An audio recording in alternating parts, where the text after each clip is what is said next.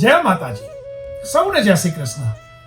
હમણાં થોડા સમય પહેલા આપણા એક વિડીયોમાં મેં મહારાત્રિ વિશેની વાત કરી હતી અને મહારાત્રિ એટલે શિવરાત્રિ, અને આજે આપણે વાત કરવી છે દારૂણ રાત્રિ વિશેની. અને દારૂણ રાત્રિ એટલે હોળી. અને હોળી શબ્દમાં બે અક્ષર છે, હો અને ડી. હો એટલે હું અને હું એટલે અહંકાર, હું એટલે અહમ અને ડી એટલે ઓગાળનાર. તો હોળી એટલે તમારી અંદર રહેલો જે અહંકાર છે એને ઓગાળવાનું એક પર્વ. એટલે એવું કહી શકાય કે હોળી એ અહંકાર ઓગાળવાનું એક મહાપર્વ છે.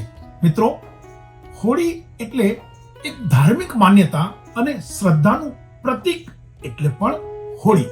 મિત્રો, આસુરી વિચાર વૃત્તિ એટલે કે આપણી અંદર જે આસુરી વિચાર વૃત્તિ છે, એમ કહેવાય કે આપણી અંદર જે ઈર્ષા, સ્વાર્થ, વાસના, વિકાર, આ બધી જ આસુરી વિચાર વૃત્તિ છે એને સંહાર કરવાનું મહાપર્વ એટલે પણ હોળી.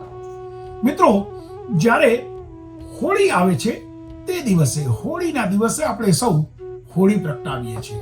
અને હું એવું માનું છું કે હોળી પ્રગટાવવા માટે ગાયના છાણાનો ઉપયોગ કરવો જોઈએ. અને હોળી પ્રગટાવતી વખતે આપણે સૌ હોળીની 3 વખત પ્રદક્ષિણા ફરવી જોઈએ. જ્યારે આપણે હોળીની પ્રદક્ષિણા ફરીએ છીએ ત્યારે આપણે શું બોલવું જોઈએ એ ખબર નથી. ઘણા લોકોના પ્રશ્ન પણ હોય છે કે બાપુ, હોળીની પ્રદક્ષિણા આપણે ફરીએ તો કેટલી વાર ફરવી જોઈએ? તો હોળીની પ્રદક્ષિણા 3 વાર ફરવી જોઈએ. હોળીની પ્રદક્ષિણા જો તમે 3 વાર ફરો અને શું બોલવું ખબર નથી, ચિંતા ન કરશો, બસ માત્ર અટહાસ્ય કરજો. શાસ્ત્રમાં એવું કહેવાયું છે કે હોળીની પ્રદક્ષિણા ફરતી વખતે આપણે 3 વાર હોળીની પ્રદક્ષિણા ફરીએ ત્યારે આપણે અટહાસ્ય કરવું જોઈએ. અને મિત્રો, હોળીની પ્રદક્ષિણા ફરતી વખતે આપણે ઘણું બધું હોમ કરીએ છીએ, એટલે ઘણું બધું હોળીની અંદર મૂકીએ છીએ. અથવા તો એવું પણ કહેવાય કે આપણે જ્યારે હોળી પ્રગટાવીએ છીએ અને હોળીની પ્રદક્ષિણા ફરીએ છીએ ત્યારે એની અંદર ખજૂર છે, ધાણી છે, શ્રીફળ છે, આ બધી જ વસ્તુઓનો હોમ કરીએ છીએ. તો હું એવું માનું છું કે એની અંદર બસ માત્ર ને માત્ર તમારી અંદર રહેલી જે મનોવૃત્તિ કે જે વિકાર છે, વાસના છે, ઈર્ષા છે, ગુસ્સો છે, જો આ બધી વસ્તુનો હોમ કરશો તો તમારું જીવન સારું જશે. અને એની સાથે સાથે હું એવું પણ માનું છું કે જ્યારે તમે હોળીની પ્રદક્ષિણા ફરો છો અને અટહાસ્ય કરશો તો આવનારું તમારું જે વર્ષ છે, આવનારા જે દિવસો છે એ તમારા ખૂબ સારા જશે. શારીરિક કોઈ તકલીફો ક્યારેય નહીં આવે અને ઘરની અંદર જો કકળાટ અને કંકાસ હશે તો એ દૂર થશે અને થશે.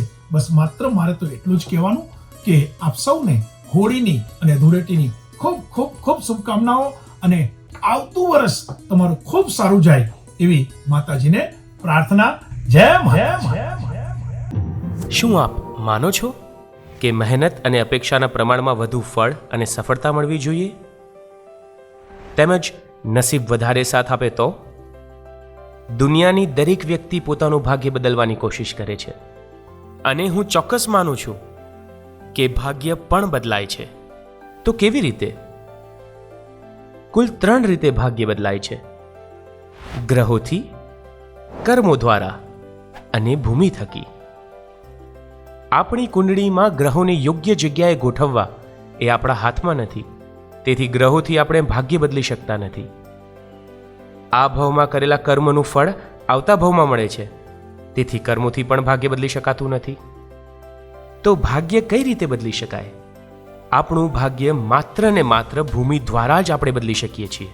તમે જે જગ્યાએ તમારા પરિવાર સાથે વસવાટ કરો છો, જે ભૂમિ ઉપર વેપાર અને ધંધો કરો છો, તે ભૂમિ જો વાસ્તુની દ્રષ્ટિએ બેલેન્સ હશે તો નિશ્ચિત તમારા જીવનમાં સમૃદ્ધિની લહેર આવશે. ભૂમિનું વાસ્તુ બેલેન્સ કરવા શું કરવું? અને આપણી જે ભૂમિ છે તો શું તે વાસ્તુની દ્રષ્ટિએ બેલેન્સ છે? તે કઈ રીતે જાણવું?